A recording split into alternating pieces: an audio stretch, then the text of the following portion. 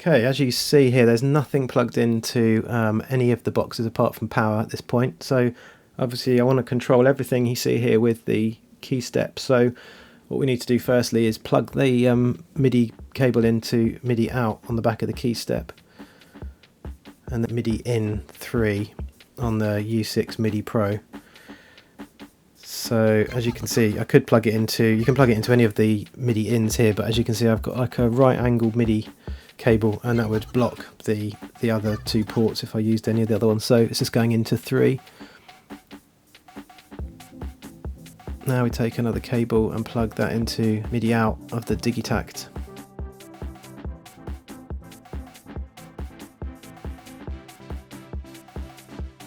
And that goes to MIDI in 2 on the MIDI Pro.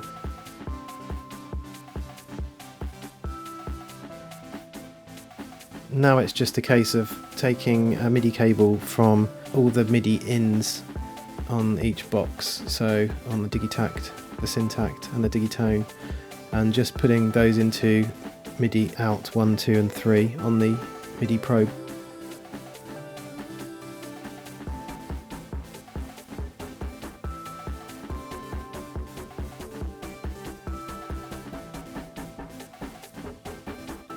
Okay, so now it's time to do the audio routing. The way I have it set up is all the boxes are kind of daisy chained, so the Digitone goes into the Syntakt and the Syntakt goes into the Digitakt. This is just so I can use the compressor for the entire kind of master bus of all 3 boxes. So now it's just a case of taking a cable from the main right out of the Digitakt and plugging that into the right in of the audio interface, and likewise left out to left in of the audio interface.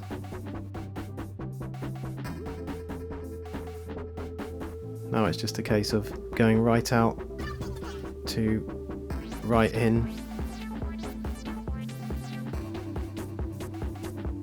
and left out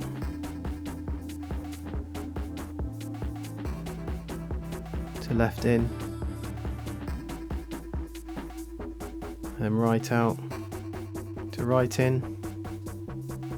I think you get the picture. And finally left out to left in.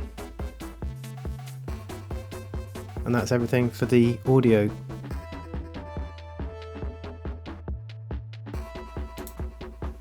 Obviously it's pretty important to have some power to the key step, so yeah, just plug in the USB and off you go. Okay, so now we just need to configure the U6 MIDI Pro box. It comes with some software called UX MIDI Tools.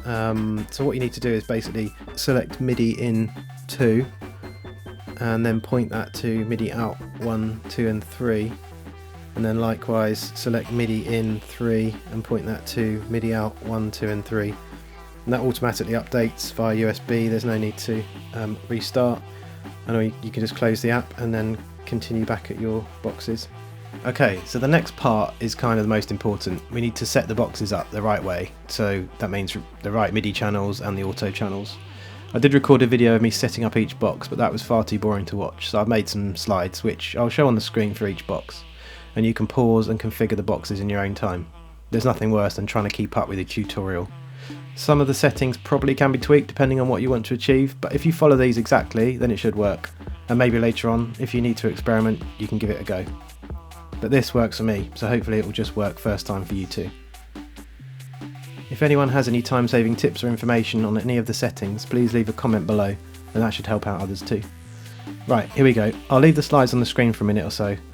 I'll also leave a timestamp for each box in the description below, so you can skip between each box at your leisure.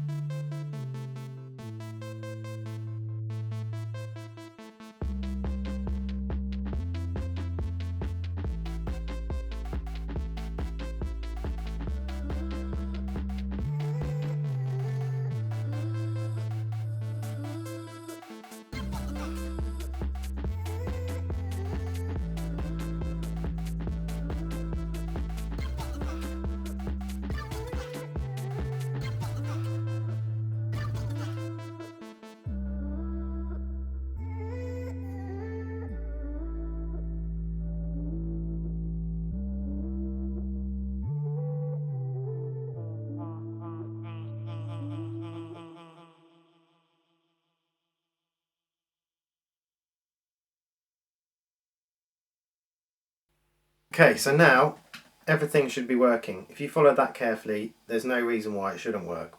But there always can be a chance that you got something wrong. But if you followed it carefully, chances are it's going to work.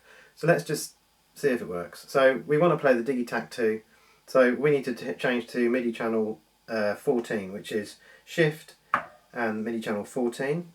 And now we should be able to, if we choose track 1, we should be able to hear a kick drum. Nice. So let's go to the Syntakt, that's Shift, MIDI channel 15, and you should be able to hear the Syntakt. Yep, that's working. And then we want to hear the Digitone, so Shift, MIDI channel 16. Perfect, it's working. So we can change the tracks here. And remember to go back to the Digitakt.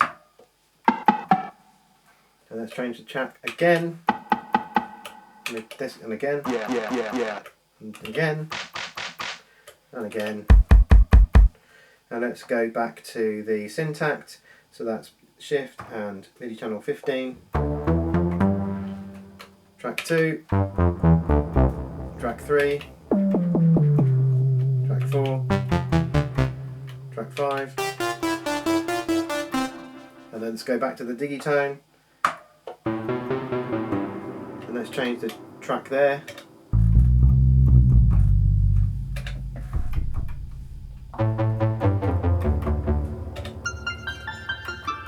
So it's all working. So yeah, hope that's been helpful. If there's any comments or problems or questions, just pop some comments down in the comments below, and I'll do my best at answering them. If I can't answer them, I'm sure someone else will be able to. Alright, great. Thanks very much. See you later.